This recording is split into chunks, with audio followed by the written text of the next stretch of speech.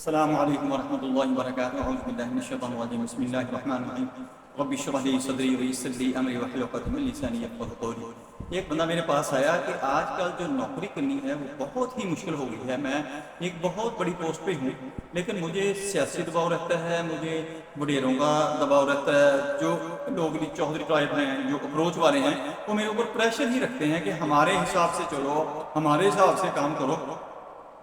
اکثر ان کے کام جو ہوتے ہیں وہ ٹھیک نہیں ہوتے، وائلیشن ہوتی ہیں، ان کے اندر غلط کام ہوتے ہیں، میرا دل نہیں مانتا۔ یا جو رشوت والا کام ہے میں وہ بھی نہیں کرنا چاہتا، کیونکہ عام رشوت ہو چکی ہے، اور آج کل رشوت کی تو صورتحال یہ بن چکی ہے کہ لوگ اپنا حق سمجھتے ہیں، اپنی تنخواہ سمجھتے ہیں، رشوت کو کوئی آر نہیں سمجھتے، کوئی شرمندگی محسوس نہیں کرتے۔ تو وہ نہایت شریف بندہ تھا، وہ اپنے بچوں کو حرام کی روزی نہیں کھلوانا چاہتا تھا۔ وہ کہتا تھا کہ میں اپنے کام پر بھی رہوں، اپنی ایگزیکٹو پوسٹ پر بھی رہوں، مجھے کوئی ایسا وظیفہ بتا دیا جائے جس کی وجہ سے یہ حاسدین، یہ میرے دشمن جو ہیں وہ مجھ سے دور رہیں، اور حاسدین جو ہیں وہ میرے اوپر حملہ نہ کر سکیں، دشمن جو ہیں مجھے اکھاڑ نہ سکیں، وہاں سے میرا تبادلہ، میری ٹرانسفر نہ کرا سکیں۔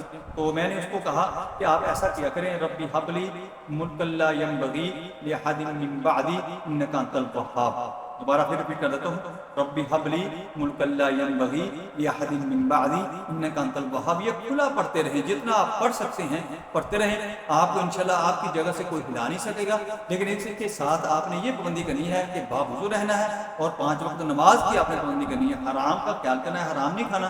انشاءاللہ آپ کو آپ کے عہدے سے، آپ کی سیٹ سے کوئی آگے پیچھے نہیں کر سکے گا، کوئی آپ کے ساتھ زیادتی نہیں کر سکتا، کوئی آپ کے اوپر پریشر نہیں بنا سکے گا۔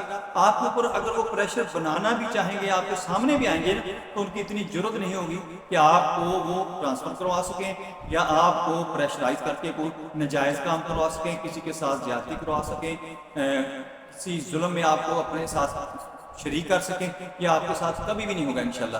اس وظیفے کو ضرور کرتے رہیں، اپنی زندگی کا حصہ بنا لیں۔